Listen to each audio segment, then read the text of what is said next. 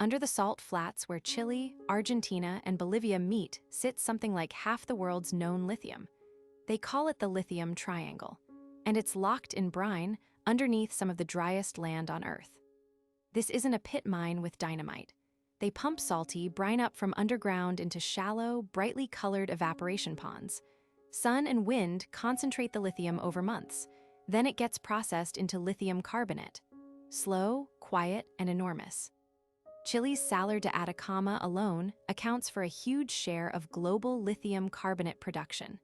It sits in the Atacama Desert, the driest non-polar desert on the planet. Some weather stations there have never recorded measurable rainfall. Ever. Here's the core problem.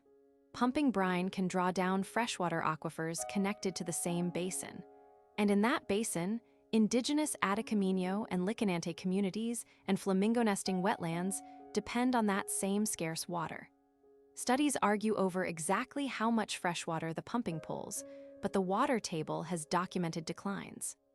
There's a newer method called direct lithium extraction.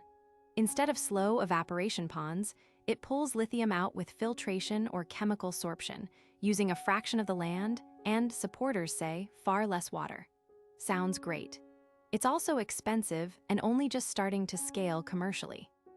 Now follow the money past the desert.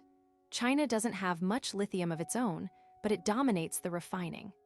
Chinese companies like Ganfeng Lithium have bought stakes directly in Argentine and other South American projects, locking in supply for the batteries China already builds. The US and the EU are scrambling to de-risk from that refining dominance.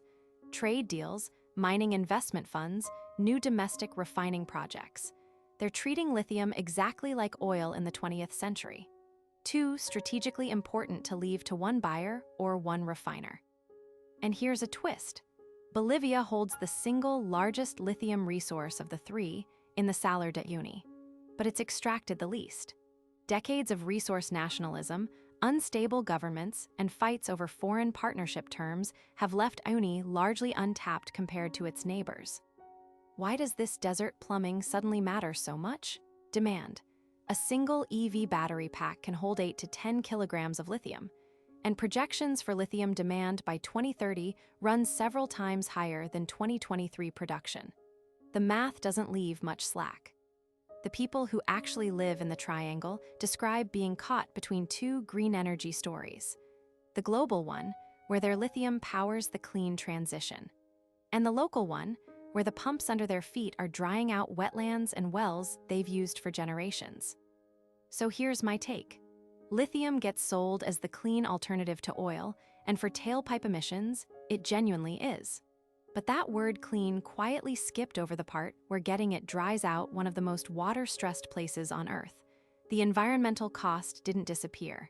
It just moved somewhere with fewer cameras pointed at it. That's it for this one.